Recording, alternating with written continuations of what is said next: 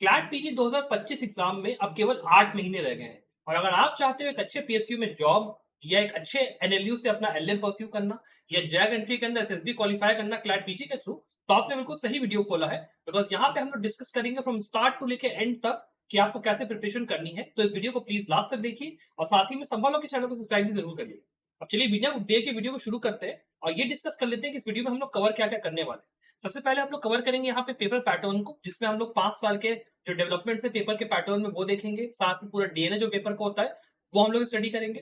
Then we will discuss the syllabus of the paper कि syllabus के अंदर कौन कौन से सब्जेक्ट्स हैं, केस लॉज कौन से इंपॉर्टेंट है, कैसे उनको पढ़ना है, क्या करना है। Then we will go for the preparation portion, जहां पे हम लोग फाउंडेशनल स्टडीज, आपके केस लॉज रिसेंट हो, लैंडमार्क हो, उनको कैसे पढ़ना है, जजमेंट रीडिंग यहाँ पे कैसे करनी है, कॉम्प्रिहेंशन प्रैक्टिस कैसे करनी है। फिर हम लोग मॉक पेपर्स की भी बात करेंगे कि आपको उनको कैसे प्रैक्टिस करना है। और लास्टली हम लोग एक पूरी day to day strategy discuss करेंगे, जहां पे अगर आप मान लो चाहे जुडिशरी की प्रिपरेशन कर रहे हो, चाहे आप एक वर्किंग प्रोफेशनल हो, चाहे आप एक मान लो कॉलेज के स्टूडेंट हो, कुछ भी आप कर रहे हो, आपके शेड्यूल के हिसाब से आपको कैसे प्रिपरेशन करनी है ये हम लोग देखेंगे।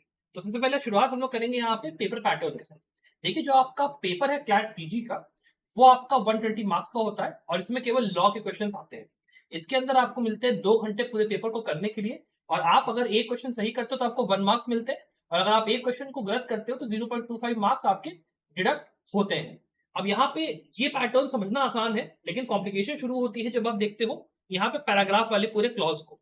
अब होता क्या है कि 2020 में जब पेपर में पैटर्न पहली बार पैराग्राफ बेस दिया गया तो 12 पैराग्राफ और 10 क्वेश्चन आए। अब इसके अंदर जो सब्जेक्ट्स थे वो majorly constitutional law, criminal law, labour law, आपके international law, jurisprudence, family law, contracts, इससे जुड़े हुए यहाँ पे क्वेश्चन आए थे। तो पेपर उतना यहाँ पे डिफ्लेक्टिव बहुत ही डाइवर्स नहीं था सब्जेक्ट्स के पॉइंट ऑफ व्यू से। लेकिन जब अगले साल पेपर आया जिसमें कि 12 पैराग्राफ और 6 क्वेश्चन आए, तो बहुत सारे सब्जेक्ट को यहाँ पे इंट्रोड्यूस कर दिया गया, जिससे कि बन गया पेपर काफी ज्यादा डिफिकल्ट। जब 12 पैराग्राफ वाला पैटर्न था तो उसमें लेंथ बहुत ज्यादा थी पैराग्राफ की, इसलिए पढ़ने में टाइम लगा। जब 20 पैराग्राफ का पेपर करा तो इतने सारे सब्जेक्ट हो गए कि अपना अटेंशन एक जगह फोकस करना हो गया कठिन। उसके बाद 2024 के अंदर सबसे बड़ा यहाँ पे चीज देखी गई कि कंसोर्शियम ने बोला कि भाई देखो हम लोग ना क्या करेंगे, आपको 12 पैराग्राफ और 10 क्वेश्चन का सैंपल पेपर देंगे और हम आपको बताएंगे कि इसी हिसाब से पेपर आपका होना है। लेकिन जब रियलिटी में पेपर हुआ तो आपका 24 पैराग्राफ और 5 क्वेश्चन का हो गया, जिसकी वजह से बहुत ज्यादा पैनिक हुआ स्टूडेंट्स के अंदर। इवन जो टॉपर्स थे उनका भी पेपर यहाँ पे कहीं ना कहीं थोड़ा सा छूट गया। आप इसके लिए जा सकते हो संभव लॉ की जो हमारे टॉपर्स की वीडियो है उसमें आप ये चीज देख सकते हो। तो उससे आपको ये समझ में आता है कि इट इज वेरी इंपॉर्टेंट कि आप हर टाइप के पेपर पैटर्न के लिए तैयार रहो। ओनली देन कैन यू से कि आपने बढ़िया प्रिपरेशन की है। अगर आप स्कोर की बात करते हो कि आपको कितना स्कोर चाहिए, तो अगर आप एक अच्छे पीएसयू में जॉब चाहते हो then you have to bring 80 से लेके 85 मार्क्स मिनिमम में, उससे कम में काम नहीं चलेगा। देन इफ आप बात करते हो कि आप अगर एक अच्छे टॉप एनएलयू से पाते हो, अपनी डिग्री परस्यू करना, जैसे मान लो एनएलएसआईयू से चाहते हो, तो 75 मार्क्स लाना इज अ मैंडेटरी। और अगर टॉप 5 से चाहते हो तो 65 तक भी ले आओगे तो आपका काम हो जाएगा। और अगर आप चाहते हो कि सीवीटी और अगर आप चाहते हो कि आपको एसएसबी क्वालिफाई करने के लिए मिल जाए जैग एंट्री में, तो 35 तक भी ले आओगे तो आपका काम चल जाएगा। तो उसमें उतनी हार्ड प्रिपरेशन आपको नहीं चाहिए। अब हम लोग डिस्कस करते हैं इसके बाद कि आपके पास अब टाइम कितना रह गया, उसको आपको यूटिलाइज कैसे करना है। देखिए आप ये वीडियो देख रहे होगे 12 या 13 तारीख के आसपास अप्रैल में, और आपके पास उसके हिसाब से 1 2 3 4 5 6 7 और यहाँ पे जो मेरा प्रिडिक्शन है 8 दिसंबर को ये एग्जाम हो सकता है। तो उसके हिसाब से आपके पास मोर और लेस 7.5 से लेके 8 महीने रह गए हैं। And now it is super important कि आप अपनी प्रिपरेशन को शुरू करो। और इसको शुरू करने का सबसे सही तरीका क्या है, इस पिरामिड के थ्रू मैं आपको एक्सप्लेन करता हूँ। देखिए सबसे पहले आपको अपनी फाउंडेशनल स्टडीज के ऊपर फोकस करना है। मेक श्योर कि जो आपने 3 ईयर और 5 ईयर एलएलबी में अपने सब्जेक्ट्स पढ़े हैं उसकी आपको अच्छी नॉलेज हो। और उसके लिए क्या सिलेबस है क्लैट पीजी का वो मैं आपको अभी वीडियो में आगे एक्सप्लेन करूंगा, कैसे आपको उसको कवर करना है वो मैं आपको एक्सप्लेन करूंगा। फाउंडेशनल स्टडीज पहला पार्ट है। जब आपकी फाउंडेशनल स्टडीज सॉलिड हो जाए, आपको पता रहे कि हाँ मेरे को हर सब्जेक्ट का बेसिक नॉलेज आता है, तब आप जाते हो लैंडमार्क और रीसेंट केस लॉज के लिए। रीसेंट केस लॉज वो केस लॉज होते हैं जो कि आप डे टू डे पे देखते हो ना, सुप्रीम कोर्ट के जजमेंट्स आते हैं, कभी डिवीजन बेंच का, कभी 3 जज बेंच का, वो वाले होते हैं क्रिमिनल लॉ का, कभी मान लो आपका कॉन्स्टिट्यूशनल लॉ का आ गया, आपका मान लो कंपनी लॉ का आ गया, कुछ भी आ गया, वो जजमेंट्स आपके रिसेंट वाले होते हैं। और लैंडमार्क जजमेंट्स वो होते हैं जो कि वाटरशेड मूवमेंट लेके आते हैं, जो कि डिफाइंड होते हैं 5 जज और 7 जज या उससे ऊपर के बेंच के डिसीजन के साथ, जो कि कॉन्स्टिट्यूशनल वैलिडिटी किसी चीज की या तो चेक करते हैं या फिर उसको न्यूज में इतनी कवरेज मिलती है जिसकी वजह से उसकी इंपॉर्टेंस एकदम बिल्कुल सुपर होती है, न्यूज़ में बहुत कवरेज होती है उसकी। तो आपको इन दोनों टाइप के जजमेंट्स को कवर करना है और साथ ही में आपको कवर क्या करके चलना है, लैंडमार्क केसेस के अलावा जो आपके रीसेंट अमेंडमेंट्स होते हैं उनको भी, मान लो कि लॉ कमीशन की रिपोर्ट आई वो आपको कवर करके चलनी है। इस तरीके की जो आपके कमीशंस की रिपोर्ट आती थी उनको आपको देख के थोड़ा-सा चलना है। और उसके अलावा आपका एक जो चीज़ होती है वो होती है इंटरनेशनल इवेंट्स जो आपके चल रहे होते हैं, बिकॉज़ इंटरनेशनल लॉ के अंदर वो सब चीज़ें कवर होती हैं। इंटरनेशनल कोर्ट ऑफ जस्टिस का मान लो कोई मैटर है या मान लो इंटरनेशनल क्रिमिनल कोर्ट का कोई मैटर है, वो सब भी आपको देख के चलना होता है। तो वो आता है सेकंड पार्ट। और जो आपका थर्ड पार्ट और सबसे क्रूशियल पार्ट होता है, वो होता है कॉम्प्रिहेंशन प्रैक्टिस और मॉक पेपर्स का। अब जब आपने फाउंडेशनल स्टडीज और केस लॉज पढ़ लिया, आपको ये चेक करना है कि जो मैंने पढ़ाई करी है उसका एप्लीकेशन मैं किस तरीके से कर रहा हूँ। आपने एक मॉक पेपर लगाया, आपको पता चला कि मैं इस सब्जेक्ट में, इस सब्जेक्ट में, इस सब्जेक्ट में कमजोर हूँ, और उस हिसाब से आप गए और आपने उसके अंदर अपनी जो कमजोरी थी उसको इम्प्रूव किया। आपने फिर ये भी देखा कि यार ये वाला केस मैंने नहीं पढ़ा, ये वाला क्वेश्चन मुझे नहीं आता, तो आपने उस चीज को भी नोट डाउन करके उसके नोट्स बनाए। तो आपका दोनों काम हुआ, केस लॉज भी आपका हुआ और मॉक पेपर के अंदर आपको जो आपके फाउंडेशनल स्टडीज के अंदर कमी है वो भी आपको पता चले। So it is very important कि आप अलग अलग पैटर्न मॉक पेपर्स लगाओ और अपनी जो प्रेपरेशन है उसको और स्ट्रेंथन करो, बिकॉज जो बाकी स्टूडेंट्स हैं वो ये काम बैक टू बैक कर रहे हैं। और इसके अलावा मैं अगर आपसे पूछूं कि आपको प्रिपरेशन शुरू कब करनी चाहिए, तो इट इज वेरी इंपॉर्टेंट कि आप राइट नाउ अभी से अपनी प्रिपरेशन को शुरू करो। उसके पीछे जो रीजंस है, वो सबसे पहली बात तो ये है कि आपको एक प्रिपरेशन लेवल यहाँ पे लेके आना पड़ेगा, बिकॉज जो स्टूडेंट्स यहाँ पे पढ़ाई कर रहे हैं वो लोग ने जुडिशरी का एग्जाम या तो क्रैक करने के लिए प्री मेंस के लेवल तक जा चुके हैं, या फिर वो लोग क्लैट का एग्जाम पिछले 2 से 3 बार से दे चुके हैं, and they are scoring in 200 से लेकर 300 के रैंक के बीच में। तो उनको पहले से काफी कुछ आता है, काफी कुछ वो लोग आपसे आगे है। प्रिपरेशन अभी शुरू करोगे तो जाके उनका लेवल कहीं आप मैच कर पाओगे, और पेपर पैटर्न को अंडरस्टैंड करने में इटसेल्फ आपको महीना 1.5 महीना लग जाएगा। तो it is very important to start right now. Apart from that, आपको हर जो सब्जेक्ट है अगर आप उसको स्टडी करने जाओगे तो उसके अंदर बहुत डेप्थ में आपको पढ़ाई करनी है। सिलेबस को कवर करने के लिए कम से कम प्रॉपरली आपको 10 से 15 दिन पर सब्जेक्ट देने होंगे, तब आप जाके एक लेवल रीच कर पाओगे उन स्टूडेंट्स का जो कि जुडिशरी या क्लैट के लिए पहले से प्रिपेयर्ड बैठे हैं। उसके अलावा आपको जो रीसेंट और लैंडमार्क केसेस पढ़ने हैं, उनको आपको अगर प्रॉपरली पढ़ना है कि आप जो केस है उसको पढ़ रहे हो, उसके जो पुराने जजमेंट्स हैं वो पढ़ रहे हो, कब कब लॉ की पोजीशन उन जजमेंट्स के अंदर चेंज हुई आप वो भी पढ़ रहे हो, आप हिस्टोरिकल फैक्ट्स भी पढ़ रहे हो, तब जाके आपका पूरा काम बनेगा। और रीसेंट केस लॉज में आपको कम से कम 100 से लेकर 200 केसेस पढ़ने हैं फ्रॉम ईयर 2020 से लेकर 2024 तक। So it will take a lot of time, lot of effort, lot of patience. तो प्रिपरेशन अभी शुरू करना जरूरी है, वरना बाद में आपको टाइम नहीं मिलेगा, और अगर आप बाद में शुरू करोगे तो फिर दिक्कत यही होगी कि आप हरी में रहोगे और उतने अच्छे से पढ़ाई हो नहीं पाएगी। फिर क्या होगा कि आप करोगे पैनिक कि भाई मैं पढ़ाई करूं कैसे, हो कैसे पाएगा, और ये सारी चीजें डिजास्टर लाएंगी आपके पूरे प्रिपरेशन के ऊपर। इस बात को जब ध्यान रख लीजिए। साथ ही में जैसे मैंने कहा, आपको वैरायटी जो होती है मॉक पेपर्स की, उनको आपको बहुत मेक श्योर करना है कि आप अच्छे से अलग अलग वैरायटी को फॉलो करें, बिकॉज कोई भरोसा नहीं है कि कौन सा पैटर्न क्लाइंट यहाँ पे दे देगा, कंसोर्शियम यहाँ पे दे देगा। तो ये सारे रीजन की वजह से इट इज वेरी इंपॉर्टेंट कि आपको प्रिपरेशन अपनी अभी से शुरू करनी है, और मेक श्योर ये भी करना है कि आपका जो कॉन्फिडेंस है वो एकदम राइट ट्रैक पे रहे। आपको ये भरोसा रहे कि जो बाकी स्टूडेंट्स हैं जो कि जैसे मैंने कहा जुडिशरी या क्लैट की प्रिपरेशन कर रहे हैं, उनके कंपैरिजन में मेरी प्रिपरेशन ऑन पॉइंट है, बिल्कुल सही ट्रैक पर चल रही है। तभी आप पेपर जब देने बैठोगे तो आपको अपने ऊपर कॉन्फिडेंस रहेगा, और ये पूरा दिमाग का खेल है, इस बात को आप जान लीजिए। ना इसके अलावा हम लोग अब ये बात करना शुरू करते हैं कि आपका जो सिलेबस है वो क्या है, और आगे अगले 8 महीने में आपको कैसे उसको कवर करना है।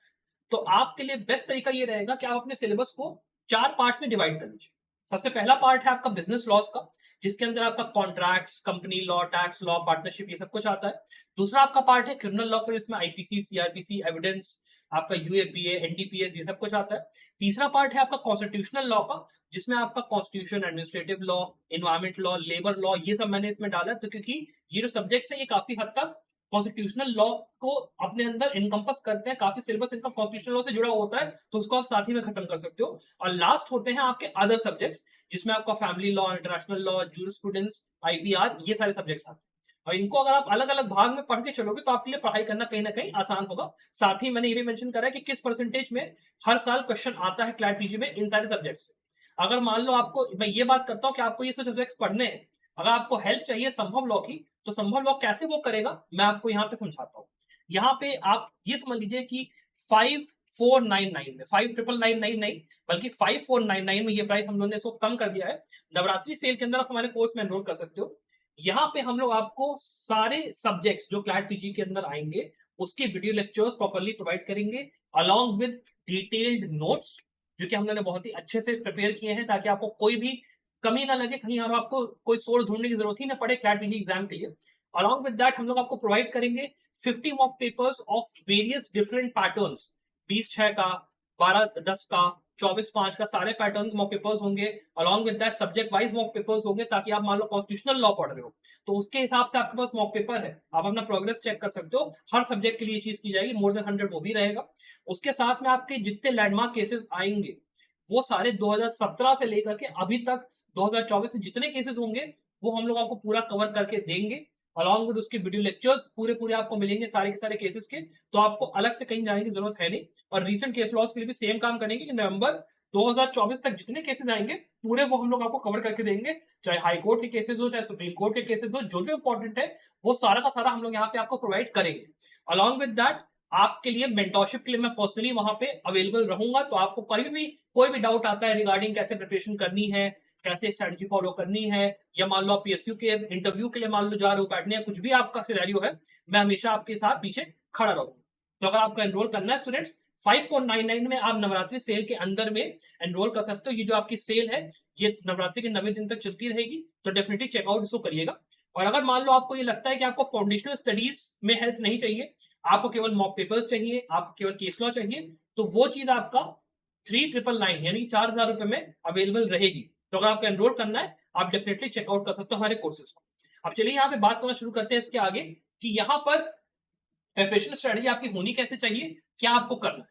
फर्स्ट थिंग, मेक श्योर करिए कि आप एक चार्ट बनाएं और ये देखें कि कौन कौन से वो सब्जेक्ट्स हैं जिसमें कि आप ज्यादा अच्छे आपकी पढ़ाई है, बिकॉज हो सकता है कि क्रिमिनल लॉ में आपने मेजर किया हो तो आपको ज्यादा नॉलेज हो सकता है बिजनेस लॉ में आपने मेजर किया हो तो आपने टैक्स लॉ को, कंपनी लॉ को, और आपका मान लो बैंक्रप्सी कोड है, इन सब सब्जेक्ट्स को पहले से ही पढ़ रखा हो, बैंकिंग लॉस पढ़ रखे हो, तो आपको वहां पे कम टाइम देना है और बाकी सब्जेक्ट्स में ज्यादा टाइम देना है। साथ ही हो सकता है कि आप कोविड में आपने मान लो पढ़ाई करी हो तो उसका भी एक इफेक्ट कहीं ना कहीं आता है। तो इसीलिए पहले प्रिपरेशन चार्ट बनाइए, देखिए किन सब्जेक्ट्स में आपको ज्यादा आता है, किसमें आपको कम आता है, और उसके हिसाब से हम लोग को टाइम का अपने डिवाइड करना है। पहला काम ये। दूसरा काम हम लोग को कलेक्ट करना है सारे के सारे रिलेवेंट स्टडी मटेरियल। इस स्ट्रेटजी के अंदर मैं आपको जो भी सोर्सेज बताऊंगा सारे फ्री ऑफ कॉस्ट अवेलेबल रहेंगे, या फिर आपके फिजिकल बुक्स होंगे जो कि आगे भी आपको मान लो जुडिशरी प्रिपरेशन में भी काम आएंगे। तो पहली बात, आपको हर सब्जेक्ट के लिए कोशिश करनी है बेयर एक्ट अपना आप लेके चलो। जैसे कॉन्स्टिट्यूशनल लॉ है उसकी बेयर एक्ट आपके पास है, आप उसको पूरा पूरा आपका जो उसका दिया हुआ है सेक्शन कि किस आर्टिकल में क्या दिया, you have to make sure कि आपको वो चीज पता हो। Then it is very important to have constitution bare act with you, साथ में क्रिमिनल लॉ, साथ में आप बात करते हो फैमिली लॉ की, चाहे आप बात करो कॉन्ट्रैक्ट लॉ की, हर केस में bare act is very very important. First get hold of that. Second of all, आपको यूज करनी है कॉम्प्रिहेंसिव बुक्स इस चीज को स्टडी करने के लिए।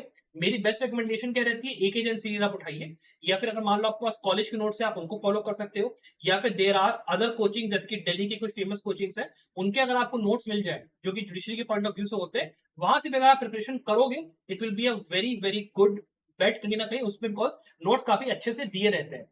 और उसके अलावा माइनर सब्जेक्ट्स के लिए आप अगर जाओगे नेट पे आपको आराम से ऑनलाइन नोट्स वगैरह मिल जाएंगे, तो कोई ऐसी दिक्कत नहीं है। आप चाहो तो यूट्यूब का भी इस्तेमाल कर सकते हो पढ़ाने के लिए फाउंडेशन सब्जेक्ट्स को, ऐसी कोई दिक्कत यहाँ पे नहीं है। एक जो मेरी रिकमेंडेशन यहाँ पे रहेगी वो ये है कि आप परीक्षा मंथन की एक बुक आती है रेडी रेगुलर, उसको आप जरूर से कोशिश करना लेने की, बिकॉज इसके अंदर सारे नोट्स प्रिसाइज भी दिए रहते हैं और जुडिशरी के हिसाब से रहते हैं, तो काफी हद तक आपको रिविजन करने के टाइम पे लास्ट के 1-8 महीने में पढ़ाई करने में उससे आसानी रहेगी। ठीक है, अब इसके बाद चलिए एक एक करके हम लोग देख लेते हैं कि आपके जो चारों पार्ट्स हैं सिलेबस के उनको आपको कैसे प्रिपेयर करना है। सबसे पहले आपका आता है कॉन्स्टिट्यूशनल लॉ का पार्ट, जिसमें आपको कॉन्स्टिट्यूशनल लॉ और एडमिनिस्ट्रेटिव लॉ को एक सब्जेक्ट मान के चलना है और कोशिश करना है कि 15 डेज में आप इस सब्जेक्ट को कंप्लीट कर दो। जब आप इसकी प्रिपरेशन कर रहे हो तो जैसे मान लो कॉन्स्टिट्यूशनल लॉ आपने शुरू किया, आप गए आपने आर्टिकल 1 देखा, आपने पार्ट 3 देखा, उसके बाद पार्ट 2 आपने देखा सिटीजनशिप एंड ऑल वो आपने पढ़ा, उसके बाद आप गए उसके बाद आपने देखा कि पार्ट 4 है, पार्ट 5 है, फिर कॉन्स्टिट्यूशनल पॉलिटी आपका शुरू हो गया वो आपने पढ़ा, इमरजेंसी प्रोविजंस आपके आ गए, फिर आपका और बाकी चीजें आ गई वो आपने पढ़ा। और इसमें आपको मेक श्योर ये करना है कि जो इसके केसेस हैं लैंडमार्क केसेस उसको आप देखते हुए चलो। जैसे मान लो मैं आर्टिकल 15 की बात करता हूँ, तो रिजर्वेशन के अंदर आपको पता है कि इंदिरा साहनी से शुरू हुआ था, लेकिन शुरुआत हुई थी चंपकम दुराई राजन से, वहां से लेके इंदिरा साहनी से लेके जरनैल सिंह लास्ट तक रिजर्वेशन एंड प्रमोशन का मान लो जजमेंट है, वहां तक आपको पूरा करना है। साथ ही में उसकी जितनी ब्रांचेस डिवाइड हो रही है वो आपको पूरी देख के चलनी है, ताकि आपको एक डिटेल्ड आइडिया हो कि कॉन्स्टिट्यूशनल लॉ के अंदर चल क्या रहा है। That is the way to study it. तो आपको बैराक को कोशिश करनी, पहले बार पकड़ो, फिर एक अच्छी आप कोई भी बुक ले लो। मान लो आप जैन पांडे फॉलो करना चाहते हो, थोड़ा बहुत वो फॉलो करते हुए जाओ, और आप एक जैन से शुरुआत करके थोड़ा थोड़ा सप्लीमेंट करते जाओ जैन पांडे से, कि हाँ केस लॉज में इसमें से देख लूंगा, तो आपका अच्छा खासा प्रिपरेशन यहाँ पे हो जाएगा। एडमिनिस्ट्रेटिव लॉ के लिए सेम आपको काम करना है कि आपको मेक श्योर करना है कि जो इंपॉर्टेंट टॉपिक्स है, मान लो नेचुरल जस्टिस है, एडमिनिस्ट्रेटिव ट्राइब्यूनल्स हो गया, आपके लोकायुक्त हो गए, ये सब जाके जितने टॉपिक्स है उनको आप कर लो, आपका काम यहाँ पे हो जाएगा। डेलीगेटेड लेजिस्लेशन जैसे हो गया, वो आप कर लेते हो, आपका काम यहाँ पे हो जाना चाहिए। उसके बाद जैसे आप बात करते हो लेबर लॉ की, तो यहाँ पे जितनी बेरा एक्ट्स है ना, उन बेरा एक्ट्स को आपको कोशिश करनी है थोड़ा थोड़ा टाइम देके जल्दी जल्दी करने की, बिकॉज आपके पास ये पूरा पोर्शन खत्म करने के लिए एनवायरमेंट लॉ का, लेबर लॉ का, आपके पास केवल 15 दिन का टाइम है, 1 महीने का टाइम, उससे ज्यादा आप मत लीजिए। और इसको करने का तरीका क्या रहेगा, जैसे मान लो मैं बात करता हूँ यूएपीए की, जैसे क्रिमिनल लॉ में यूएपीए का आपको पता है बेरा एक्ट है, तो उसके अंदर आप गए, आपने पढ़ लिया उसके क्या फीचर्स, हिस्ट्री देख ली उसकी आपने, फिर आपने उसका शॉर्ट टाइटल देख लिया, लॉन्ग टाइटल देख लिया, जो इंपॉर्टेंट आपके हेडिंग्स हैं, डेफिनेशन क्लॉज हो गया, चैप्टर 4 हो गया, फिर चैप्टर 6 हो गया, ये आपने देख लिया, फिर जो इंपॉर्टेंट जजमेंट्स हैं आपके वो आपने देख ली, जो भी जो जजमेंट्स थे उसके अंदर जो जो इंपॉर्टेंट आपके सेक्शंस यूज में आए, जैसे 43D आपका यूज में आया, आपने उसको पढ़ लिया, जो केसेस थे आपके आपने उसको पढ़ लिया, आपका काम यहाँ पे हो जाएगा। लैंडमार्क के साथ आपको ये चीज करके चलनी है। जैसे लेबर लॉ में अगर आप बात करते हो, तो आपने मान लो इंडस्ट्रियल डिस्प्यूट्स एक्ट उठाया, आपने मेन में हेडिंग पढ़ी, उसके अंदर जो इंपॉर्टेंट टॉपिक्स हैं आपने वो देखे, पावर्स देखी, फंक्शंस देखा, वो सब कुछ किया, इंपॉर्टेंट केस लॉज देखे, आगे बढ़ के, दैट्स इट। सिंपल सिंपल पढ़ाई करनी, बहुत ज्यादा उसमें डीप में नहीं जाना है, बाकी चीज आप बात के लिए छोड़ दो। उसके बाद सेम चीज आपको आर्बिट्रेशन, कंसिलिएशन और कंटेम्प्ट ऑफ कोर्ट एक्ट के लिए भी करनी है, और कोशिश करना है कि अगर आप कॉन्स्टिट्यूशनल लॉ को 20 दिन भी दे देते हो, तो बाकी चीजों को आप 10 दिन में निपटा के इस पूरे पोर्शन को खत्म करो। One thing is that. जो सेकंड आपका पोर्शन है वो है आपका क्रिमिनल लॉ। अब इसमें आपका क्वेश्चन ये आएगा कि सर क्रिमिनल लॉ के अंदर तो अभी भारतीय न्याय संहिता, भारतीय सुरक्षा संहिता, ये सब कुछ आने वाला है, तो इसके अंदर हम पढ़ाई करें क्या? तो देखिए, आपका आईपीसी सीआरपीसी एविडेंस आप तब तक पढ़ो जब तक 1 जुलाई को जो आपके नए लॉज हैं ये अंडर इम्प्लीमेंटेशन नहीं आ जाते, बिकॉज जैसे ये इम्प्लीमेंट होंगे, इसको लेकर नया पूरा जूरिस्प्रूडेंस डेवलप होगा। हो सकता है यहाँ पे जो सरकार है वो ये बेसिकली कह दे कि अभी इसको हम फिर से मान लो इम्प्लीमेंट नहीं करेंगे। मान लो क्लैट पीजी अपनी तरफ से ही नहीं नोटिफाई करता है कि हमको भारतीय न्याय संहिता या सुरक्षा संहिता पढ़ाना है, तो अभी से उसको अलग से पढ़ने का कोई तुक नहीं बनता। आप केवल कोशिश करिए कि जैसे मान लो आईपीसी है, तो आईपीसी में मैं जाऊंगा, जनरल एक्सेप्शन जितने दिए हैं उनकी हेडिंग वो मैं पढ़ लूंगा, जो डेफिनेशन है मैं भाई वो पढ़ लूंगा, एसेंशियल इंग्रेडिएंट्स है वो पढ़ लूंगा, इलस्ट्रेशंस में वो पढ़ दूंगा। वो कभी चेंज नहीं होगा। चेंज क्या होगा, सेक्शन का नंबर चेंज होगा। सेम चीज सीआरपीसी के साथ भी है। आप पढ़ना शुरू करो, ट्रायल क्या होता है, एफआईआर क्या होता है, इन्वेस्टिगेशन कैसे होती है, जजमेंट कैसे पास होता है, बाकी सारी चीजें आप देखो, और ये मत देखो कि सेक्शन नंबर कौन सा, बाकी सब कुछ पढ़ दो। कोर कंसेप्ट वही है, बस चेंज क्या हो रहा है, सेक्शन का नंबर चेंज हो रहा है, बीच बीच में 2-3 सेक्शन ऐड हो जा रहे हैं, दैट इज इट। उसके अलावा आपको कुछ खास देखने की जरूरत नहीं है। तो अभी आप आईपीसी सीआरपीसी एविडेंस को इस तरीके से पढ़ो। उसके बाद जो आपके छोटे छोटे बेयर एक्ट्स है ना, जैसे जेजे एक्ट है, यूएपीए है, ये सब कुछ है, इसके लिए मैंने आपको तरीका बता दिया। जैसे यूएपीए का मैंने आपको बताया कि आपको इंपॉर्टेंट सेक्शंस पे ध्यान देना है और आगे बढ़ जाना है। इसके लिए भी जो सोर्स आप यूज करोगे, आप ऑनलाइन जाओगे, आपको आराम से इसके नोट्स वगैरह मिल जाएंगे। आप जब सर्च करोगे तो उसको आपको पढ़ने के लिए बहुत डिफिकल्टी होने नहीं वाली है।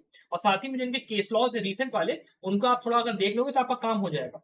यहाँ पे भी एक चीज नोट करने वाली ये है कि आईपीसी सीआरपीसी इन दोनों में सबसे ज्यादा रीसेंट केस लॉज आते हैं, तो आपको सबसे ज्यादा अटेंशन पुट करना है इन्हीं दोनों सब्जेक्ट्स के ऊपर। और साथ ही में कॉन्स्टिट्यूशनल लॉ के अंदर भी काफी सारे रीसेंट जजमेंट्स आते हैं, तो आपको इसके ऊपर भी फोकस करके चलना है। उसके साथ में एक चीज और, लेबर लॉ जैसे आपका है, लेबर लॉ के अंदर आपको हाईकोर्ट के डिसीजंस भी थोड़ा सा देख के चलना पड़ेगा, बिकॉज क्लैट ने ये अभी 2025-24 के पेपर में ये काम करा था कि जजमेंट्स उन्होंने हाईकोर्ट के दिए थे, तो वो भी आप फॉलो इसको कर सकते हो। वरना अगर आप संभव लॉ में हमारे साथ एनरोल्ड हो तो आपको ये चीज हम लोग पहले से ही करके पूरा देंगे। फिर इसके बाद हम लोग आते हैं यहाँ पे बिजनेस लॉ के ऊपर। अब देखिए, बिजनेस लॉ के अंदर क्या है कि आपका कॉन्ट्रैक्ट्स हो गया, पार्टनरशिप हो गया, उसके बाद आपका सेल्स ऑफ गुड्स एक्ट हो गया, स्पेसिफिक लीफ एक्ट हो गया, ये सारे सब्जेक्ट्स आप साथ नहीं पढ़ो, बिकॉज आपने जब कॉलेज में पढ़ाई की होगी इन सब्जेक्ट्स को आपने साथ नहीं पढ़ा होगा। इसकी जो बस बुक मैं अगर आपको रेकमेंड करूंगा तो अवतार सिंह की एक बुक आती है बिजनेस लॉस की, आप उसमें से ये सब्जेक्ट्स कर सकते हो, बहुत ही प्यार से आपके सब्जेक्ट्स होंगे। और आप बाकी एक एजन सीरीज के थ्रू ऊपर ऊपर से उसको करना चाहो तो वो भी आप कर सकते हो, वो आपके ऊपर डिपेंड करता है। अलॉन्ग विद दैट आप बात करते हो कंपनीज लॉ, कंपनी लॉ की, तो कंपनी लॉ को जब आप पढ़ाई कर रहे हो तो अप्रोच आपकी होनी चाहिए किताब की, कि जो पूरा यहाँ पे लॉ दिया हुआ है, इट इज लाइक कि एक सेक्शन से शुरू होकर लास्ट तक वो जा रहा है। बता दिया गया है कि हाँ ठीक है, ये कंपनी होती है, मेमोरेंडम ये होता है, आर्टिकल्स ऑफ एसोसिएशन ये होते हैं, फिर डायरेक्टर ये होता है, फिर उनकी पावर ये होती है, फिर उसके बाद जो आपके प्रमोटर्स होते हैं वो कौन होते हैं, ये सब चीजें आप एक एक करके पढ़ोगे और टाइम लगा के पढ़ोगे तो आराम से आपको समझ में आएगा। You just have to take it slow and take it easy. तो आराम से कोई बढ़िया यूट्यूब पे जाइए, किसी बढ़िया फैकल्टी की एक कोई वीडियो लेक्चर सीरीज पकड़िए, उससे जाके उसको पढ़िए पहले, फिर बुक के अंदर आके आराम से बैक वाइज उसको पढ़ के आप जा सकते हो। और इसके अंदर में से अगर टाइम पीरियड की बात करूं तो जैसे क्रिमिनल लॉ के अंदर भी आपको महीने भर के अंदर उस सबजेक्ट को खत्म करना है, सेम काम आपको यहाँ करना है कि बिजनेस लॉ के पार्ट को महीने भर के अंदर आप खत्म करो। और अगर ऐसा है कि मान लो क्रिमिनल लॉ में आपको कम आता है, बिजनेस लॉ आपको ज्यादा आता है, तो बिजनेस लॉ को कम टाइम दे दो, 20 दिन दे दो, बाकी क्रिमिनल लॉ को ज्यादा टाइम दे दो। तो उस तरीके से आप बैलेंस आउट अपना कर सकते हो। अब इसके अंदर जो सब्जेक्ट्स यहाँ पे मैंने मेंशन करे, इसमें मैंने लॉ ऑफ टॉर्ट्स को भी यहाँ पे इंक्लूड कर दिया है, बिकॉज आपने जो आपका पढ़ाई है सब कुछ साथ ही में किया, तो उसको मिसलेनियस वाले से डालने का तो बनता नहीं है। तो क्रिमिनल लॉ, बिजनेस लॉ का कहीं ना कहीं आप लॉ ऑफ टॉर्ट्स को बिजनेस मतलब वैसे करके पढ़ सकते हो, वो आपके ऊपर है कैसे आप करते हो, बट करना इसको इंपॉर्टेंट है, ये बात आप जान लीजिए। ये चीज आपका होने के बाद आपका लास्ट आता है अदर लॉ सब्जेक्ट्स। अब इसमें आपको काफी टाइम लगने वाला है when it comes to international law and jurisprudence, because international law के अंदर देखो केवल पब्लिक इंटरनेशनल लॉ से मतलब नहीं है, प्राइवेट इंटरनेशनल लॉ से भी हमको मतलब है। तो आपका असाइलम हो गया, रेफ्यूजी हो गया, बाकी चीजें वो सब भी आएगा। और आपके जो इंटरनेशनल नए नए चीजें यहाँ पे कन्फ्लिक्ट्स जो डेवलप होते रहते हैं, जैसे मान लो म्यांमार बर्मा वाला आपका वो वाला जो क्वेश्चन पूछा गया वो आ गया, रशिया यूक्रेन का क्वेश्चन है वो आ गया, वो सब भी आपको देख के चलना है। बेरैक्स भी आपको देख के चलनी है, जो आपके अलग अलग स्टेट्यूट्स हैं आईसीजे के, या फिर आप बात करते हो यूडीएचआर का, वो भी आपको पढ़ के चलना है। फिर जितने डिक्लेरेशन है, या फिर आप बात करते हो इंटरनेशनल क्रिमिनल लॉ की, उसकी आप बात करते हो, वो भी आपको थोड़ा सा देख के चलना है। इंटरनेशनल एनवायरमेंट लॉ भी आपको देख के चलना है। तो ये सारी चीजें देखने में टाइम लगेगा, तो कम से कम 15 से 20 दिन आपको इंटरनेशनल लॉ को दे के चलना है, उससे कम में काम नहीं चलेगा। उसके बाद जब आप बात करते हो जूरिस्प्रूडेंस की, तो यहाँ पर भी जब आप शुरुआत कर रहे हो अपनी पढ़ाई की, मेक श्योर करो कि आपने पढ़ लिया स्कूल्स ऑफ लॉ क्या होते हैं, फिर आप जानते हो कि एक एक जूरिस्ट ने क्या क्या बोला हर पर्टिकुलर टॉपिक के बारे में। और आपकी पढ़ाई ऐसी होनी चाहिए कि जब क्वेश्चन पूछा जाए और पैराग्राफ दिया हुआ है, तो आपको तुरंत समझ में आना चाहिए कि ये पैराग्राफ इस पर्टिकुलर टॉपिक का या फिर इस पर्टिकुलर स्कूल का है। और उससे फिर आप ये चीज निकाल पाओ कोनोटेशन में कि अगर मैं इस क्वेश्चन को अटेम्प्ट करूंगी तो पैराग्राफ में से आंसर मेरा निकलेगा, तो किस तरीके से मैं उसको सही से कर पाऊं। That is the approach that you have to take, because jurisprudence के अंदर जो क्वेश्चंस आते हैं वो कभी भी सिंपल नहीं होते हैं, और उस जूरिस से जुड़े हुए नहीं होते जो कि आपने अपने कॉलेज के या फिर जो तैयारी करते हुए पढ़ा होगा। That is very hard to predict कि क्या आ जाए। सो जूरिस्प्रूडेंस की पढ़ाई आपको उसी तरीके से करनी पड़ेगी। उसके बाद हम लोग बात करते हैं फैमिली लॉ की। अब जैसे जूरिस्प्रूडेंस में वैसे एक चीज मेंशन करना भूल गया कि इसको भी आपको 15 से 20 दिन दे के चलना, उससे कम में आपका काम चलेगा नहीं। That is very important. तो यहाँ पे यही दोनों सब्जेक्ट्स आपके 40 दिन लेके जा रहे हैं मोरलेस। उसके बाद हम लोग बात करते हैं हिंदू लॉ की और यहाँ पे आईपीआर की। और इसके अंदर आप ये बात मान के चलो कि हिंदू लॉ में आपको ज्यादा टाइम नहीं लगेगा। अलग अलग बेरैक्स जो आपकी हैं उसके अंदर आप इंपॉर्टेंट जो प्रोविजंस है उनको भी अगर आप देख लोगे तो आपका काम चल जाएगा। बाकी यहाँ पे जो आपके केसेस आते हैं, केस लॉज होते हैं, केस लॉज को आपको अच्छे से करके चलना है फैमिली लॉ के अंदर। That will prove very very useful. Recent case laws, landmark case laws सब अगर आप देख के चलोगे तो आपका काफी यहाँ पे फायदा होगा। फिर आईपीआर के साथ भी सेम फंडा है कि आईपीआर के लिए भी आप एक अच्छी कोई बुक रेफरेंस अगर लेना है तो आप ले सकते हो, और उसके साथ अच्छे कोई लेक्चर्स फॉलो करके उसको पढ़ो। ऊपर ऊपर से करोगे काम चल जाएगा, और थोड़ा बहुत केस लॉ देख लोगे काम आपका चल जाएगा। बहुत डेप्थ में जाने की यहाँ पे जरूरत आईपीआर के लिए आपको नहीं पड़ेगी। बाकी जितने सब्जेक्ट्स है वो मैंने आपको कवर करके बताई दी है। अब इसके बाद चलिए हम लोग डिस्कस कर लेते हैं इस चीज को कि इसके आगे जब आप केस लॉ को प्रिपेयर करने जा रहे हो उसके लिए क्या स्ट्रेटेजी होने वाली। देखिए सबसे पहली बात क्या है, आपको दो सेट ऑफ रजिस्टर्स यहाँ पे मेंटेन करने की जरूरत है। ये जो दोनों सेट ऑफ रजिस्टर्स है इसमें जो एक रजिस्टर होगा वो होगा इस चीज के लिए पूरा कि मान लो कॉन्स्टिट्यूशनल लॉ मैंने एक पेज पे लिखा, तो मैं उसमें एक इंडेक्स बनाऊंगा कि case 1, case 2, case 3, case 4, case 5 पूरा। और मैं उसमें नोट करता चला जाऊंगा कि जो केस लॉ है और उसकी वन लाइनर एक लिख दिया मैंने, तो मेरा एक पूरा इंडेक्स बन जाएगा। जब आप लास्ट में अपने एग्जाम की 10 दिन पहले बैठे होगे ना, ये रजिस्टर आपका सबसे ज्यादा काम आने वाला। तो make sure to make this. और हर जो आपका पूरा सब्जेक्ट है उस सब्जेक्ट के नोट्स आपको इस तरीके से प्रिपेयर करने हैं कि एक पूरा टेबल ऑफ केसेस आपने एक रजिस्टर के अंदर बना लिया, और ये भी नोट कर लिया कि जो आपके दूसरा सेट ऑफ रजिस्टर्स है उसमें कहाँ कहाँ पे उस केस के ब्रीफ अपना दिया होगा। फिर आप एक दूसरा सेट ऑफ रजिस्टर जब आप खोलोगे तो आपने कॉन्स्टिट्यूशनल लॉ के लिए एक सेट ऑफ रजिस्टर लिया, उसमें आपने लिखा केस का नाम, उसका जो भी मतलब जो भी डिटेल्स होगा वो मैं आपको बताऊंगा कैसे आपको नोट्स बनाने हैं, और वो आप कम से कम 1 से लेकर 2 पन्ने के नोट्स हर पर्टिकुलर केस के लिए बनाओ। अब रीसेंट केसेस के कैसे नोट्स बनेंगे, लैंडमार्क केसेस कैसे बनेंगे, वो मैं अभी आपको आगे समझाऊंगा। बट मेक श्योर कि आप नोट्स को प्रॉपरली बनाओ। That is very very important, because जितना आप लिखोगे, प्रैक्टिस करोगे लिखने की और अपने दिमाग में उसको बैठाओगे, उतना आपका बेटर प्रिपरेशन यहाँ पे होगा। सिंपल फैक्ट, ठीक है। और उसके अलावा एक चीज जो आपको बिल्कुल मेक श्योर करना है कि आप जो प्रिपरेशन स्ट्रेटजी में बता रहा हूं उसको आप अच्छे से पूरा फॉलो करो, टू द टी फॉलो करो, तभी आप ये उम्मीद कर सकते हो कि आप सक्सीड करोगे। और अगर आप बीच में फॉल्टर करते हो या आप सोचते हो कि यार मान लो मैं थोड़ा सा स्किप कर लूँ, ये कर लूँ, तो काम नहीं चलेगा। अपने साथ प्लीज ऑनेस्ट रहो, अपने पेरेंट्स की मेहनत के साथ प्लीज ऑनेस्ट रहो और पढ़ाई को अपनी ठीक से करो। अब इसके बाद हम लोग ये भी देखते हैं कि आपको कौन-कौन से टाइप ऑफ केसेस पढ़ने हैं, उसके नोट्स कैसे बनाने हैं, कैसे उनको पढ़ना है। देखिए, जो सबसे पहले 2 सबसे इंपॉर्टेंट टाइप ऑफ केसेस जो आपको देखने हैं, वो हैं कॉन्स्टिट्यूशनल बेंच के डिसीजंस, जैसे बेगर फाउंडेशन के जजमेंट है, लेजिस्लेटिव एक्शन लॉ पार्टली का डिसीजन है, जिसमें कि एक बहुत ही इंपॉर्टेंट कॉन्स्टिट्यूशनल मैटर के ऊपर 5 जजेस बेंच या 7 जजेस बेंच का डिसीजन आया है, वो आपको पहला देखना है। और दूसरा ऐसा जजमेंट देखने से, मान लो Manish Kumar versus union of India का केस है बैंक्रप्सी कोर्ट पे, जिसमें कि एक पर्टिकुलर प्रोविजन के किसी सेक्शन को या तो उन्होंने कहा ये ओवररूल कर दिया हम लोग ने, मतलब इसको हमने नल एंड वॉइड डिक्लेयर कर दिया, वो कर दिया, या फिर हमने इसको कहा कि ये कॉन्स्टिट्यूशनली वैलिड है। इस टाइप के जो डिसीजन है उनको आपको अच्छे से देख के चलना है। और हर साल यहाँ पे जैसे जस्टिस डीवाई चंद्रचूड़ आए हैं, उन्होंने एक बिल्कुल झड़ी लगा दी है बैक टू बैक कॉन्स्टिट्यूशन में डिसीजन की, तो इट इज वेरी इंपॉर्टेंट कि आप इनको देख के चलो। और इनके जो नोट्स बनेंगे वो मैं अभी आगे आपको बताऊंगा कैसे आपको बनने हैं। इसके अलावा जो 3 तरीके के डिसीजन आपको और देखने हैं रीसेंट केस लॉ के पॉइंट ऑफ व्यू से, वो कौन से हैं? पहले है आपके वो डिसीजन जिसमें कि कोई इंपॉर्टेंट गाइडलाइंस जैसे दी, जैसे मान लो entry expeditious trial of cases under 138 of NI act, या फिर रजनेश वर्सेस नेहा केस हो गया। इनके अंदर जैसे फैमिली लॉ के अंदर रजनेश नेहा के केस में बहुत इंपॉर्टेंट गाइडलाइंस यहाँ पे दी गई थी, उसको आपको देख के चलना है कि हाँ गाइडलाइंस क्या है। जैसे मान लो आप बात करते हो कॉमन कॉज के केस की, वो लैंडमार्क केस है मान लिया, लेकिन उसमें जो एडवांस मेडिकल डायरेक्टिव्स को लेकर गाइडलाइंस दी है वो आपको पता होनी चाहिए, तभी आप ऐसे क्वेश्चंस को कर पाओगे। That is very important. दूसरे जो टाइप के डिसीजंस होते हैं वो ऐसे होते हैं जो कि आपके मीडिया के अंदर छाए हुए, ठीक है। जैसे अर्नब गोस्वामी का डिसीजन आपको याद होगा बनाया था, अमित देवगन का जो डिसीजन था वो आपको याद होगा कि वहां पे बेल दे दी गई थी। सीधे सीधे क्लाइंट इन डिसीजन को वहां पे पूछ लेता है और आपसे उम्मीद ये की जाती है कि आपको इन डिसीजन के बारे में चीजें मालूम हो, तो इट इज इंपॉर्टेंट कि आप इस तरीके के डिसीजन को भी देखो। और लास्टली ऐसे डिसीजन जिसमें कि किसी पर्टिकुलर सब्जेक्ट, जैसे मान लो के नजीब का केस है, तो यूएपीए के अंदर के नजीब के केस की बहुत ही ज्यादा इंपॉर्टेंस है। वैसे ही अगर आप बात करते हो क्रिमिनल लॉ के अंदर बेल के मैटर पे, कभी इन्वेस्टिगेशन के मैटर पे, कभी ट्रायल के मैटर पे, या फिर आईपीसी के अंदर कभी मान लो थेफ्ट हो गया, कभी मान लो कोई और आपका केस हो गया, उस पर्टिकुलर ऑफेंस के केस में काफी डिसीजन यहाँ पे रिसेंट आते रहते हैं, तो आपको वो भी देख के अपने चलने हैं और उसको पढ़ते रहना है। तो ये जो टाइप के आपके डिसीजन है, अगर आप इनको देख के चल रहे हो तो आपका मोटा मोटी काम चलेगा। अब इसके अगर मैं सोर्स की बात करूं कि आपको उसको कहां से करना है, तो आपके पास 3-4 सोर्सेस है। लैंडमार्क केसेस के लिए आपको एससी ऑब्जर्वर का यूज करना है। एससी ऑब्जर्वर की वेबसाइट पे आपको जो मेजर लैंडमार्क केसेस होते हैं उसके पूरे पूरे ब्रीफ मिल जाते हैं आपको, उसमें से आप पढ़ाई करो, आपका काम यहाँ पे चल जाएगा। फिर दूसरा आप यूज कर सकते हो, एक आपका एससीसी ऑनलाइन ब्लॉग करके वेबसाइट है, यहाँ पे आपको सारे रिसोर्सेज फ्री ऑफ कॉस्ट मिलते हैं। बेस्ट पार्ट इसका ये है। और यहाँ पे आपको केस लॉ ब्रीफ जो है पूरे पूरे हर जो रिसेंट केस लॉज आते हैं उसका मिलता रहता है और रेगुलरली ये अपडेट होता रहता है, तो आप इसको देख के चल सकते हो।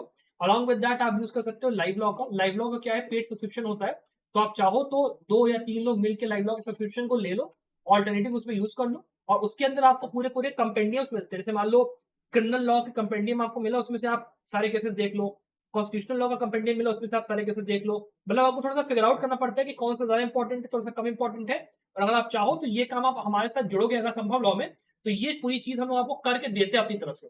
पूरा हम लोग आपको बताते हैं कि कौन सा केस आपको पढ़ना है, उसके पूरे ब्रीफ प्रोवाइड करते हैं, गाइड भी करते हैं, पूरा करते हैं। तो आपको वो चीज चाहिए वो भी आप कर सकते हो, वरना आप अगर यूज करना चाहते हो फ्री रिसोर्सेज को तो आप वो भी कर सकते हो उसके अंदर। अपार्ट फ्रॉम दैट एक जो चीज ध्यान रखने वाली वो ये है कि कॉन्स्टिट्यूशनल बेंच के जब आप डिसीजन कर रहे हो तो आपको 2017 से लेकर 2023 तक के सारे डिसीजंस को कोशिश करना है। 24 तक के जितने डिसीजंस उनको आपको कोशिश करना है आप पढ़ो। और इसके अंदर भी जो आपके बहुत पुराने डिसीजंस होते हैं वो इतने इंपॉर्टेंट नहीं होते, बिकॉज आप उसमें कह नहीं सकते हो कि कौन सा डिसीजन आएगा कौन सा नहीं आएगा, तो उस पूरे उसमें बता भागिएगा कि मेरे को उसके पहले के भी पढ़ने, that is not going to be very very useful. उसके अलावा रिसेंट केस लॉस की जब आप बात करते हो तो 2021 से लेकर 2024 तक के जो डिसीजन है उनको अगर आप देख के चलोगे तो आपका काम यहाँ पे मोटा मोटी चल जाना चाहिए। दैट इज द मोटा मोटा थिंग जो कि मैं आपको यहाँ पे बताना चाहता हूँ। बल्कि इस चीज के लिए आपको एक सेपरेट वीडियो चाहिए कि कैसे केस लॉस को पढ़ना है, कितने केस लॉस पढ़ने हैं, क्या करना है, तो आप मुझे नीचे बता सकते हो कमेंट्स में। अपार्ट फ्रॉम दैट अब बात करते हैं कि आपको केस लॉस के नोट्स कैसे बनाने हैं, कैसे आपको उनको पढ़ना है। तो उसके लिए आप जैसे मान लो लैंडमार्क केसेस पढ़ रहे हो, लैंडमार्क केसेस के लिए नेम ऑफ द केस, जो आपका कोरम होता है जिसमें कि कंकरिंग ओपिनियन या जो डिसेंटिंग ओपिनियन होती है वो आप मेंशन करते हो, चलो किस जस्टिस ने कौन सी दी। फिर जो इसमें इंपॉर्टेंट डिसीजंस होते हैं ओवररूल जजमेंट्स, जिसमें कि जो पुराना जजमेंट था उसको कौन से जजमेंट को ओवररूल करा इस पर्टिकुलर जजमेंट ने, आप वो नोट करते हो। उसके अंदर भी क्या हेल्ड हुआ था वो आप नोट करते हो। कौन सी पोजीशन ऑफ लॉ किस टाइम पे चेंज हुई, जो पोजीशन ऑफ लॉ पहले थी और उन्होंने क्या पोजीशन ऑफ लॉ बाद में किया वो आप नोट करते हो। फिर लैंडमार्क कॉन्स्टिट्यूशनल लॉ केसेस जो कि रेफर किया गया, जैसे मान लो यहाँ पे नवतेज सिंह जौहर केस का हमने रेफरेंस लिया है, तो यहाँ पे नास फाउंडेशन को ओवररूल करा गया, के.एस. पुट्टास्वामी की जजमेंट्स को कोट किया गया, नालसा की जजमेंट को कोट किया गया, ये आप नोट करके चलोगे। अलॉन्ग विद दैट आप नोट करते हो लॉ जो कि इन्वॉल्व था। अब यहाँ पे सेक्शन 377 आया, आर्टिकल 14 का यूज हुआ, 19 का यूज हुआ, 21 का यूज किया, आपने उसको नोट करा। आपने साथ में ये भी कोशिश करी कि जो पहले था लॉ का पोजीशन और जो बाद में पोजीशन चेंज हुआ उसको आपने कायदे से नोट करा। उसके अलावा जो आपके डॉक्ट्रिन्स है, प्रिंसिपल्स मान लो कोर्ट ने यूज करे अपने जजमेंट को सपोर्ट करने के लिए, थोड़ा सा आपने उसमें भी ध्यान दिया। और इसके लिए आपको क्या करना पड़ेगा, आपको थोड़ा सा जजमेंट जो होता है ना उसको थोड़ा सा आप खोल के देख लो।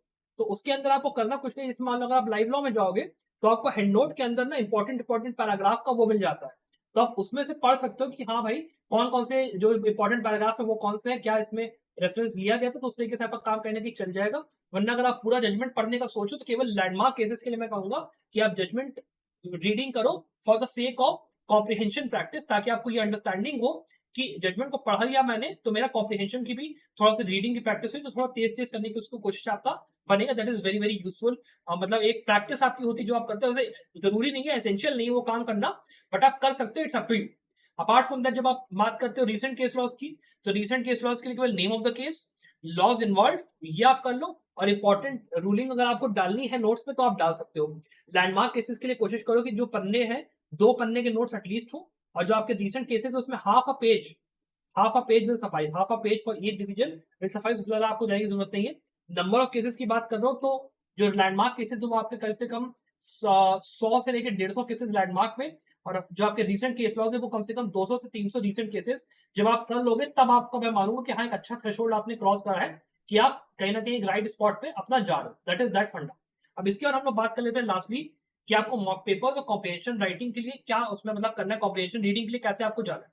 देखिए जो आपके मॉक पेपर्स होते हैं उसके लिए आप कोशिश ये करिए कि आप अगर मान लो संभव लॉ के साथ जुड़ सकते हो तो बहुत ही अच्छा रहेगा। आप सीधे सीधे सब्जेक्ट को पढ़िए। आपने कॉन्स्टिट्यूशनल लॉ को पढ़ा, कॉन्स्टिट्यूशनल लॉ को पढ़ने के बाद आप सब्जेक्ट वाइज उसके जो मॉक्स है वो जरूर लगाइए, ताकि आपको एक आइडिया लग जाए कि हाँ जो सब्जेक्ट वाइज मॉक है इसके अंदर, जिसमें कि उसी पैटर्न में क्वेश्चन दिया हुआ है जैसे क्लैट में आता है, मैं वो लगा रहा हूँ तो उसमें मैं कहाँ मिस्टेक कर रहा हूँ। अगर मेरे को पता चला कि हाँ इस पार्ट में मैं मिस्टेक कर तो मैं दोबारा जाकर उस चीज को रिवाइज करूँ। उससे आपका वहीं पे आपने पढ़ा, वहीं पे आपने रिवाइज करा, वहीं पे आपका काम हो गया। जो आप कॉन्स्टिट्यूशनल लॉ को पढ़ रहे हो उसके साथ कोशिश ये भी करो कि जो आपके लैंडमार्क केसेस है उनको भी आप देखते हुए चलो, साथ ही में ऐसी ऑब्जर्वर जैसे मान लो आपके पास है, आप देखते हुए चलो तो आपका इन टैंडम चीजें चलती रहेंगी। दैट इज माई यहाँ पे एक वो, और ये चीज आप सारे सब्जेक्ट के साथ करो। अगर मैं एक टाइमलाइन आपको बताऊं कि आपको पढ़ाई कैसे करनी है, तो अगर अप्रैल का महीना आपके पास है तो अप्रैल के महीने में आप कॉन्स्टिट्यूशनल लॉ को जो आपका पूरा पोर्शन है अप्रैल मई के मिड तक आप कोशिश करिए कॉन्स्टिट्यूशनल लॉ उसका जो पूरा पोर्शन है उसको खत्म करने की। फिर मई के मिड से आप शुरुआत करिए क्रिमिनल लॉ की, और उसको कोशिश करिए खत्म करने की टिल आपका जून का मिड, उससे ज्यादा टाइम मत लगाओ। उसके बाद आप आ जाओ जुलाई में, जुलाई के अंदर आप कोशिश करिए मिड जून से लेकर जुलाई में कि आप बिजनेस लॉ को खत्म करिए, और उसको खत्म करने की कोशिश करिए आपके मिड जुलाई से लेके मैक्स टू मैक्स अगस्त तक आप चले जाओ, और अगस्त के अंदर से आप international law, jurisprudence, family law वगैरह को टाइम दो, और आपका सितंबर के मिड तक कहीं जाकर ये चीज पूरी खत्म होगी। सितंबर मिड तक आपका प्रॉपर मतलब 3 से लेके 4 महीना प्रॉपर इस पूरी पढ़ाई में जाएगा फाउंडेशन की। और इसके अंदर आपको कोशिश क्या करनी है कि जो आपके लैंडमार्क केसेस है कॉन्स्टिट्यूशनल लॉ के अंदर, क्रिमिनल लॉ के अंदर, आप वो भी पढ़ रहे हो, जो रिसेंट केसेस आपके आ रहे हैं उनको भी आप देखते हुए चल रहे हो साथ ही में, ताकि आप पूरा पढ़ाई अपनी जब कर लोगे तो आप रिविजन जब करने जाओगे सितंबर के बाद तो आपको बढ़िया हो रहे। साथ ही में मॉक पेपर्स की मैं अगर प्रैक्टिस की बात करूं तो मई के महीने से मॉक पेपर्स की प्रैक्टिस करना शुरू कर दीजिए। नंबर ज्यादा आए नंबर कम आए उससे फर्क नहीं पड़ता है, मॉक पेपर्स आप लगाते रहो। अगर आप संभव लॉ के साथ हमारे साथ जुड़े हो, सब्जेक्ट वाइज मॉक पेपर्स आप लगा सकते हो, बिकॉज वो पूरे के पूरे जो कैट पीजी का पैटर्न होता है उसके हिसाब से दिए होते हैं, तो आपको वहां पे थोड़ी आसानी पड़ेगी। वरना आप जो है कुछ मत करो, आप एमसीक्यूज लगा लो, या मतलब किसी अच्छे किसी बुक्स, मान लो आपने सिंगल्स की जो आपकी बुक आती है जिसमें कि एमसीक्यूज आपके बहुत सारे दिए रहते हैं, हर डोमेन सब्जेक्ट 3 वॉल्यूम की आती है, अगर आप वो ले लो तो उससे भी आपका काम चल जाएगा। या फिर आप मान लो कोई एलएम गाइड ले लेते हो, उससे भी आप प्रैक्टिस करते हो, तो मान लो जुडिशरी की बुक आती है एमसीक्यूज की, उससे भी आप प्रैक्टिस करते हो, उससे भी आपका काम चलेगा। लेकिन वो इफेक्टिवनेस नहीं आएगी जो कि आपको प्रॉपर्ली मॉक पेपर्स के थ्रू, सब्जेक्ट वाइज के थ्रू आती है, वो नहीं आएगी। बट आप चाहो तो कर सकते हो, लेकिन मॉक पेपर सीरीज किसी भी इंस्टीट्यूट की मतलब ज्वाइन जरूर करना, और कोशिश ये करना कि आप अलग अलग पैटर्न को फॉलो करो। 24/5 के मॉक पेपर्स भी लगाओ, आप 20/6 के भी मॉक पेपर्स लगाओ। आप कोशिश करो कि आप 12-10 के मॉक पेपर्स लगाओ, तब जाके आपकी एक अच्छी प्रैक्टिस बनेगी। और अगर आप पीएसयूज को टारगेट कर रहे हो तो कम से कम स्टूडेंट्स 25 से लेके 30 मॉक पेपर्स लगाए बिना एग्जाम देने मत जाना, वरना मजा नहीं आएगी। Just mark my word, it is very very important. Apart from that, इसके बाद हम लोग अगर डिस्कस कर लेते हैं इस चीज को कि आपको डे टू डे अपना शेड्यूल कर रखना है पढ़ाई का, ताकि आप 80 से लेके 85 मार्क्स लेके आओ किसी पीएसयू के लिए। तो मेक श्योर करिए कि आप लोग एटलीस्ट, जैसे मान लो अगर आप जुडिशरी एस्पिरेंट्स हो तो आपने अपना जो फाउंडेशन सब्जेक्ट्स है उनको पहले से कर रखा है, तो आपके लिए केस लॉस को करना और आपके मॉक पेपर्स की प्रैक्टिस इंपॉर्टेंट है, या बिजनेस लॉ के जो सब्जेक्ट्स हैं आपको उनको करने की जरूरत है। तो आप रोजाना 3 से 4 घंटा पढ़ाई करोगे, आपका काम आराम से चल जाएगा, कोई ऐसी बहुत ज्यादा जरूरत आपको नहीं है। उसके बाद अगर आप मान लो ऐसे स्टूडेंट हो जो कि अपने लास्ट सेमेस्टर में, तो आप लोगों के लिए इंपॉर्टेंट यहाँ पे ये है कि आप लोग अपना जो डिसर्टेशन का काम है या आपका इंटर्नशिप वगैरह उसको थोड़ा साइड में करो, ठीक है, या फिर क्लासेस चल रही है उसमें थोड़ा सा बंकिंग वंकिंग मारो, और कोशिश करो कि कम से कम 5 से लेकर 6 घंटा करो। और जब एग्जाम पास में आ जाए, जब आपका मान लो 3 से 4 महीना या 2 महीना 3 महीना बचा है, तो आपको कम से कम 6 से 8 घंटे की पढ़ाई मिनिमम रिक्वायर्ड है, उससे कम में काम नहीं चलेगा। उससे कम में काम चलेगा ही नहीं। इसकी मैं सेपरेट वीडियो लेके आऊंगा कि कैसे प्रिपरेशन करनी है, वो अलग होगा। बट अभी के लिए मेरी जो वो है वो आप जानो। और अगर आप एक वर्किंग प्रोफेशनल हो तो आपके लिए तो प्रिपरेशन थोड़ी सी मुश्किल होगी, इसीलिए आपको प्रिपरेशन अभी शुरू करनी है। और आप भी कोशिश करिए कम से कम 4 से 5 घंटा देने की। सुबह टाइम निकालिए, रात में टाइम निकालिए, चाहे ऑफिस बीच में टाइम लगाइए, आपको लगाना पड़ेगा। और जब तक आप कायदे से सीरियसली पढ़ाई नहीं करोगे, भूल जाओ कि आपका क्लैट पीजी का एग्जाम निकलेगा और आप 80 से 85 लेके आओगे, फिर आपके जो स्कोर होगा वो 65-70 ही आएगा। और उसके बाद आप फिर दोबारा 1 साल जब लगाओगे, तब कहीं जाके आप 80-85 की उम्मीद करोगे, मतलब आपको 1 से 2 बार क्लैट देना पड़ेगा, तब जाके आपका क्लैट निकलेगा। हवा में क्लैट नहीं निकलने वाला, ये बात भैया जान के चलो। यहाँ पे कोई शॉर्टकट नहीं होता सक्सेस का, that is a bloody fact. उसके अलावा मैं कुछ नहीं कहूंगा। अपार्ट फ्रॉम दैट, अगर आपको कोई क्वेश्चंस हैं, कोई डाउट्स हैं रिगार्डिंग क्लैट पीजी एग्जाम, आप मुझसे कमेंट से पूछ सकते हो। अपार्ट फ्रॉम दैट, हमारे कोर्सेज में अगर आपको एनरोल करना है वो भी कर सकते हो। I wish you very very best of luck for your success. Bye.